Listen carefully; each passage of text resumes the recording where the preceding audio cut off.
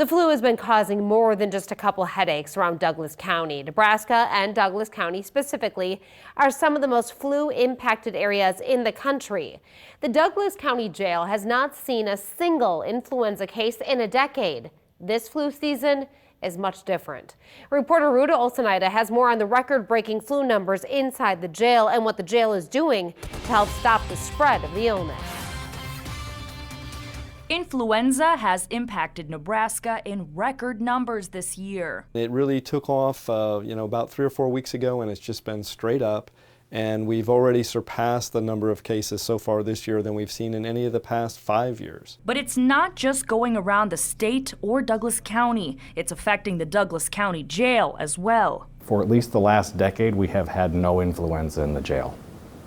So this is unprecedented for us. The jail has been dealing with a flu outbreak for 2.5 weeks now. We have had 33 cases since the outbreak began.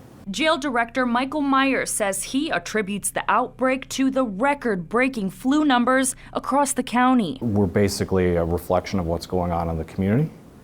We book about 50 new people in every day. And release about that many as well, so there's a lot of traffic in and out. But unlike the Nebraska State Penitentiary, who had to cancel Christmas Eve visitation due to their flu outbreak, the Douglas County Jail is not canceling any visitations. We have not had to cancel any visitations because our visitations with the general public are not face-to-face, they're through video visitation. The jail has stepped up their sanitation and disinfecting routines to treat sick inmates and prevent further spreading. We don't want to see disruptions that are prolonged. We don't want to see our staff or inmates at risk of being sick.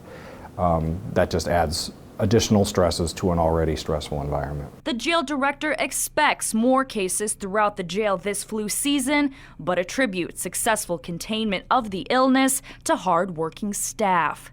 Reporting in Douglas County, Ruta Olsenaida, 3 News Now.